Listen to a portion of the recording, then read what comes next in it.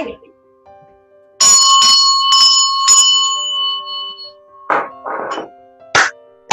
なしのぶチャンネルです。そのとのじです。ロンドンののぶです。お願いします。はい、こんにちは。はい、で今回は第11回目の自己価値観ですね。はい、よろしくお願いします。3弾です。よろしくお願いします。第3弾です。はい、のぶさん、今週いかがでしたか？はい、今週はちょっと先々週ちょっと怪我をしてしまって、ちょっと手をやけどを負ってしまったので、ちょっと辛かったけど、ちょっと仕事帰りにプリムローズヒルっていうところに行って、ちょっといい空気を吸いに行きました。で、リフレッシュしました。その丘みたいなとこですか？そう、ここロンドンの中心街にあるちょっと丘になったところで、そこからこう見える都会が見える、都会というか中心地が見えるんだけど、ここなんかね、今日天気が良かったので、もうちょっとエネルギーをチャージしに自然に触れてきました。いいですね。私、ノブさんは都会に住んでると思ってたから、そういうとこもあるんですね。そう、ロンドンはね、公園がいっぱいあるし、こういう丘ももう探せばいっぱいあるんで、そうなんです。都会はしない場所がもうあります。はい、ありがとうございます。はい。のじははい。のじはですね、今週は公園に行きました。またね。いつものところで。それでですね、こちら、映像は、ちょっとお待ちください。秋ですね。トロントね、寒くなったんでね、きっとね。はい、こんな感じ。こういう感じで、沼のところね、ちょっとずつ色がついてきたりとか。本当。これは川。川と、こんな感じになってる。こういう秋模様になってきましたよ、だね。なんかもう、あっという間だね。これからすぐ冬になっちゃうよね。そう、毎日ね、一刻一刻ね、落ち葉っていうか、葉っぱの色が変わってますからね。ありがとうございました。はい。こんな感じです。じゃあ、先週のおさらいは、永遠回帰で、ニーチェの、超人と、なんだっけ廃人じゃなくて、末人。超人と末人の、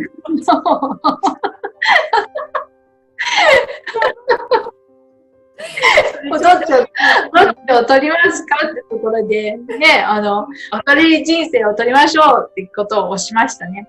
人生どん底になって、で、辛いところに行ったら、もうそこからもう這い上がるしかないんで、明るい人生をぜひ選んでくださいってことになりました。で、じゃあどういうふうに明るい人生を選んでね、もう行くんだけど、で、人間には、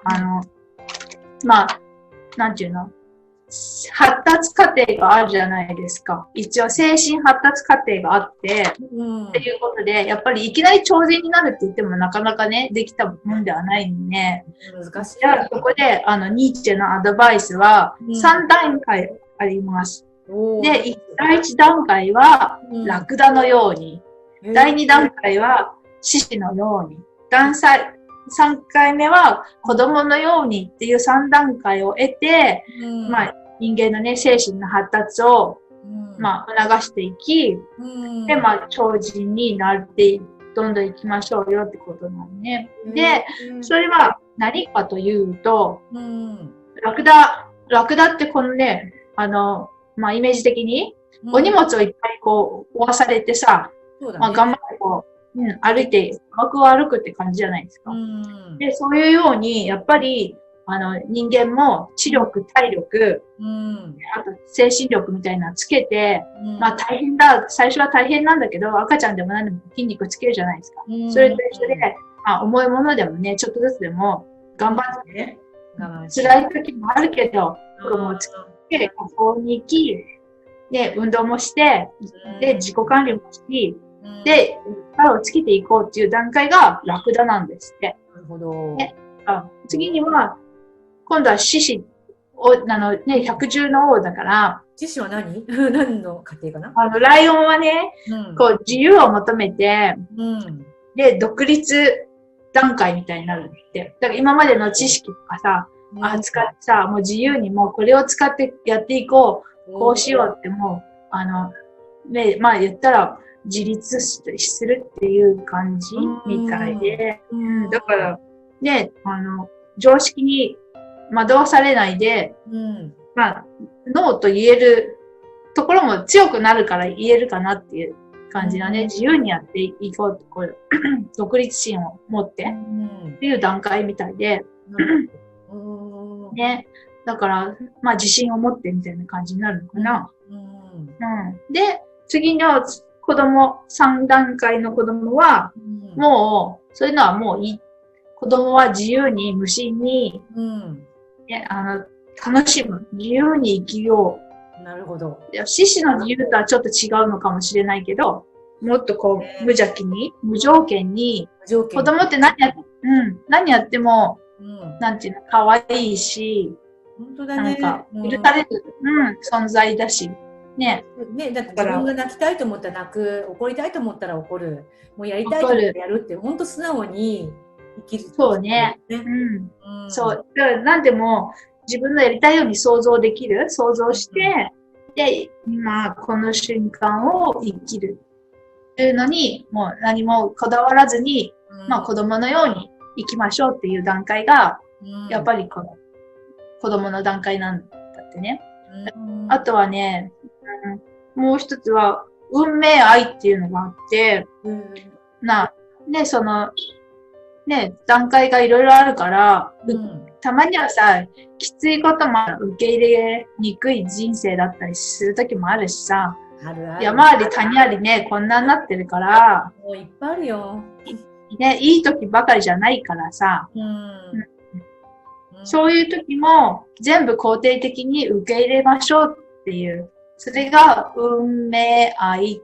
全部悪い時の自分も悪い時のコンディションもみんな受け入れて、肯定的に生きて全てを愛することができるようになればいいね。幸せに、本当幸せになるっていうか、もうそれ自体でもなんかこう、ね、いいんだって思ってるだけでもなんか幸せだよね。そうそう。でね、そう。で、本当にそうで、これを、まあ、ニーチェの影響を受けた、哲学者の人の影響を受けたのが、また、岡本太郎さんって有名な方いますよね。爆発だって言って、彼もね、すごいいいこと言ってて、なんか運命全体をこう、受け入れて、で、無条件で生きろって。なるほどね。だから無条件で生きて、すぐ行動、がいいって言ってるのね。で、そんな、すぐ行動だって。で、なんていうの、変な自分でも、ね、ありのままの自分と向き合って、何でもいいから、その時その時で、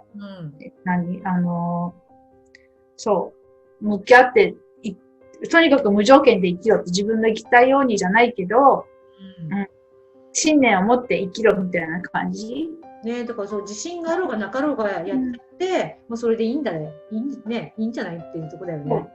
そうそうそう。だから自分がこうしたいっていう自分の絶対感で生きろって、このね、岡本太郎さん言ってて。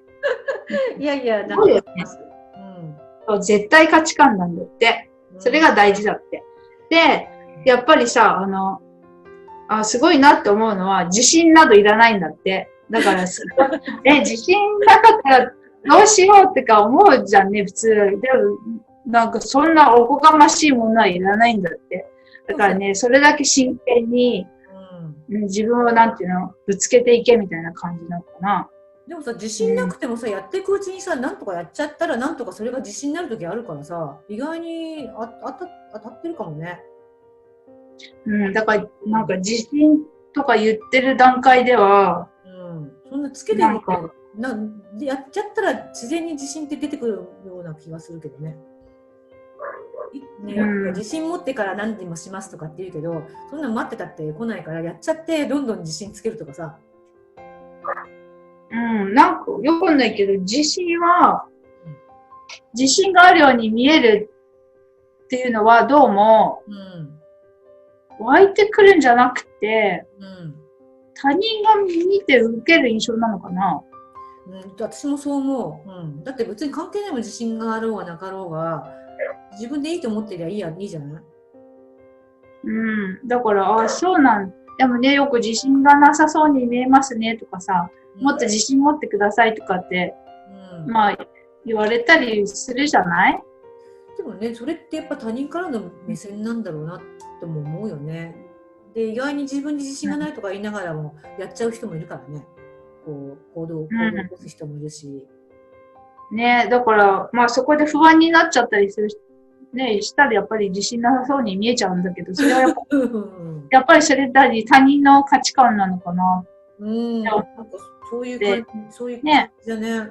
他人の価値観の中で生きてると、そういうね、自信がなくなったりとかしちゃうんじゃない？そう、だから、まあ、岡本太郎さんは多分ね、芸術だからさ、かなり極めて究極の生き方だと思うんだけど、いやでも彼が言ってるのは自信があろうがなかろうがどうでもいいやっていうさ、ところはもう一理あるなっていうかそうだなってすごいなんか腑に落ちるというか納得するところがある、そうそうね、だからすごいんだよ。この本の題名はね、自分の中に毒を持てっていうめちゃくちゃすごい題名だなと思ってさ、面白すぎるって感じ。でも例えば自分のやりたいこと素直にやるのって別に毒でも何でもないんだけど、多分傍から見たら毒なんだろうね、きっとね。いや、だからなんかそれでなんかあれだ、そう、幸せの中に幸せになりたいとかっていうのは、なんか幸せを感じるのは平凡な人間のすることだみたいなこと言う。それはなんか、多分なんか幸せとかそんなこと感じてる場合じゃないんだよみたいな感じの。何を感じてる？そう幸せ求めるなってことかな。じゃなくて、幸せなんか中途半端なことは求めるなって言ってて、人生の歓喜ってすげえ生きる喜びみたいなのを求め続けろみたいな感じだから、かなり広大な夢って広大なあれだよね。希望というか。なんかそう面白いなと思ったのは、鈍い人間だけが幸せになるんだって。幸せはみたいな。そう、だからなんかこれでごまかすなみたいな感じみたいだから、やっぱ激しいな。激しいけど、そう、環境を求めて生きるみたいなのね。だからそうなんだなと思ってさ。でも、いや、でもそれも納得っていうか、まあね、するわけじゃないんだけど、そういう人生もありかなって思う。ニーチェより過激かもしれない。いや、そう思う。ニーチェより、彼の方が本当になんかそのまま、もう子供だよね。子供のままに生きてる感じだよね。もうそう、だから岡本太郎さんはもう子供だよね、やっぱね。完璧子供だね。もうそこの段階に行ってるんだなって感じね。でも本当に、ね、みんなもそこまで目指したらなんかその幸せ云々とか考えないでもう OK なんじゃないのね。そう。いや、だからそこまでね、勢いに私たちも頑張りましょう。子供になるぞ。そうだ、子供になるぞ。ね、子供になりましょうみたいな感じで。ね、いいよね。そこまで自由にいけていいと思います。でも目指すところは本当に純粋な気持ちだよね。子供のようなね。子供にはなれないかもしれないけどね、もう年取っちゃうから。子供のような気持ちは思いね出して生きていくっていうのはいつでもできるからね。そう、素敵なことかもね、ことだよね、やっぱりね。大事な。大事なことなんじゃないかなと思うね、やっぱり。うん、そうじゃなかったらさ、なんか、ねえ、なんかちょっと、頑固者のおばあさんになっちゃうよね。よく年取ってさ、ほらなんかね、丸くなるってやっぱそういうことなんじゃないの？やっぱ子供のように戻るから、なんか丸くっていうかね、そう人間味が出て、素直に生きてる人は増えるんじゃない？ね、増えてるから、その丸みが帯びるっていうの？そうだよね。うん。本当にそう、その通りだと思います。ね。ね、じゃあ皆さんもね、いろんな段階を経て、最後子供のように純粋に生きれるといいですね。そうですね。自己価値、だから結局自分で自己価値もあるけど、他人の価値も、まあ認めていこうってことで、まあ自由になるしかないって感じかな。もしそうかしたらね。だね。やっぱ自分の価値をね、なんかあれだけど、やっぱり自分の価値も認められれば他人の価値も認められるからね。そうだね。だから、それをうまくいくにはやっぱりこの軽やかに、うん。何でもありで受け入れていかないと、やっぱりいけないのかなって思いますね。うん。いや、本当いろいろ勉強になりましたもん、今回は。私もです。うん。ありがとうございます。ありがとうございます。いろいろ振り返って、自分なりに、なんか、また自分の価値をまた、改めて考えました。はい。私は今回のテーマでね、やっぱりこの、自己価値を、まあ、私の場合まだラクダなんで、高めていかなきゃいけないって、ところなのね。だからね、ちょっと、そうね、なんかこの、モチベーションを持って、まあ、頑張っていかなきゃなって思ってます。ね。私もまだ進化の過程なので、目指すところはやっぱり子供だな。ね、子供を目指して、はい、これ以上子供になってどうするんだって怒られたんだけど。もうそれでいいって、ほら、これでいいんだ。これでいいのだ。ね、行きましょう。これでいきましょう。はい。じゃあ次の、第12回目は、はい。ね。来週、次回は、私がちょっと、やけどをして怪我してしまったので、それに、ちなんで、やけどに効く、炎症を抑えるツボの、あと、治療法を、皆さんに、お知らせしたいと思います。